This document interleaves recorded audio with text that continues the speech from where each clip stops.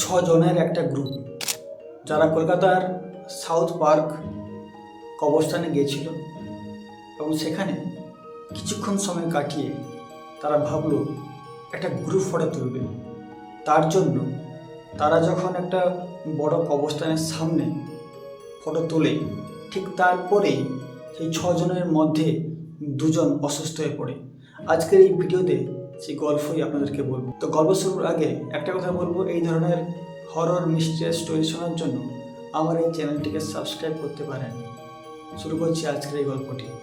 রাহুল এবং রাজীব এরা যে কোনো ভুতুড়ে জায়গায় যেতে পছন্দ করে, তাই তারা একদিন ইন্টারনেটে বসে সার্চ করছিল যে কলকাতার আশেপাশে এমন কোনো ভুতুড়ে স্থান আছে কিনা।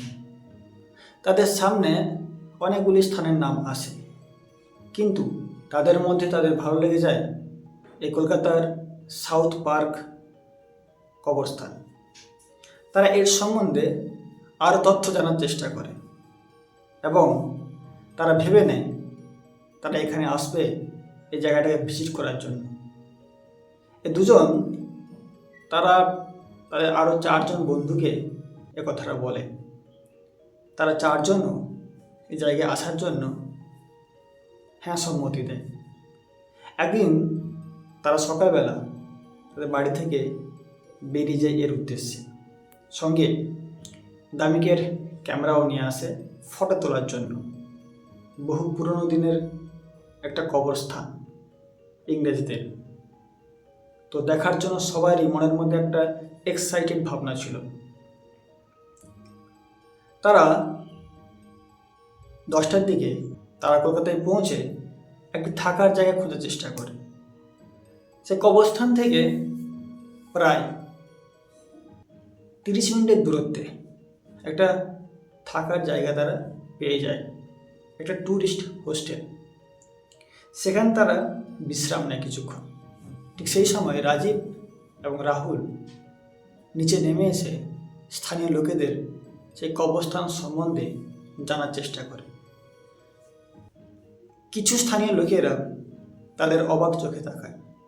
তাদের মধ্যে একজন বলে ওঠে যে সন্ধ্যা হতে না হতেই তোমরা সেই কবরস্থান থেকে বেরিয়ে আসবে, না হলে হয়তো তোমরা সমস্যায় পড়তে পারো।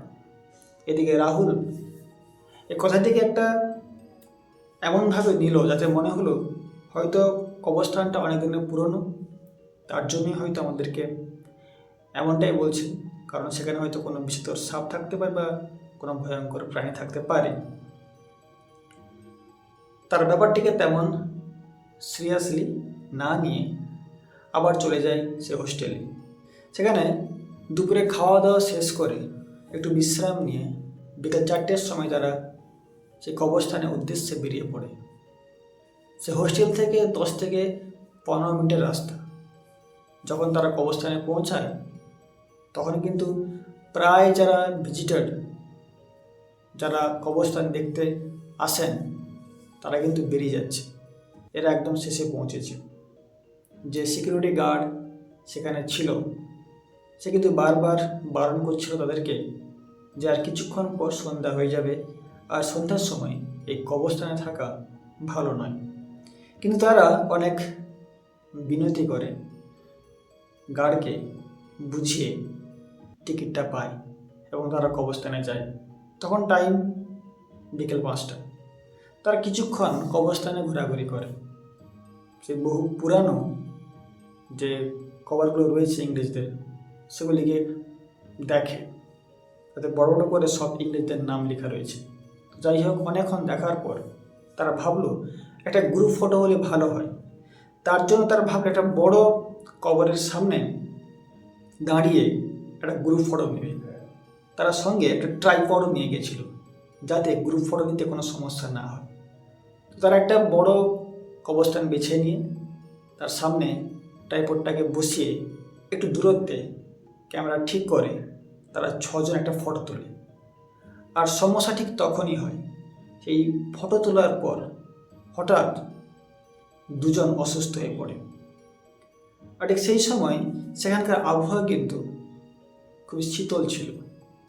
আর রাহুল এমনটা অনুভব করতে পারছিল কেউ যেন তার কানের কাছে বলে যাচ্ছে যে এই মুহূর্তে এখানে থাকা তোমাদের জন্য ভালো নয়। এদিকে সূর্যাস্ত হয়ে গেছে, ধীরে ধীরে সন্ধ্যা হচ্ছে। এদিকে গার্ড, যিনি জোরে ডাক দিচ্ছিলেন তাদেরকে, তোমরা বেরিয়ে আসো। এরপরে তারা তাড়াহুড়ো করে ট্রাইপড আর ক্যামেরা গুছিয়ে নিয়ে চলে আসে কবরস্থানের বাইরে। আর তাদের ভাগ্য ভালো ছিল হয়তো, কবরস্থান থেকে বেরিয়ে আসার পর যে দুজন অসুস্থ হয়ে পড়েছিল তারা ধীরে ধীরে সুস্থ হতে থাকে। তার সমস্ত কথা গার্ডকে বলে। তাদের উত্তরে গার্ডও তাদেরকে অনেক কিছু কথা বলে। সেখান থেকে তারা চলে আসে সেই ট্যুরিস্ট হোস্টেলে, সেখানে বিশ্রাম নেয় এবং এ কথাগুলি সেখানকার স্থানীয় মানুষদের সঙ্গে আলোচনা করে। তাদের মধ্যে যিনি বলেছিলেন সকালে যে তোমরা সেখানে সাবধানে থাকবে, তো তিনি বলেন যে এখানকার অনেক ঘটনা সেই কবরস্থানে রয়েছে, বিশেষ করে সন্ধ্যার পর থেকে সমস্যাগুলো দেখা যায়। তাই কবরস্থানের নিয়ম রয়েছে 10টা থেকে 4:30 পর্যন্ত এটি খোলা থাকবে, কিন্তু এরা সেই নিয়ম না মেনে আর অনেকক্ষণ সেখানে ছিল। তো যাই হোক, এই হলো স্টোরি।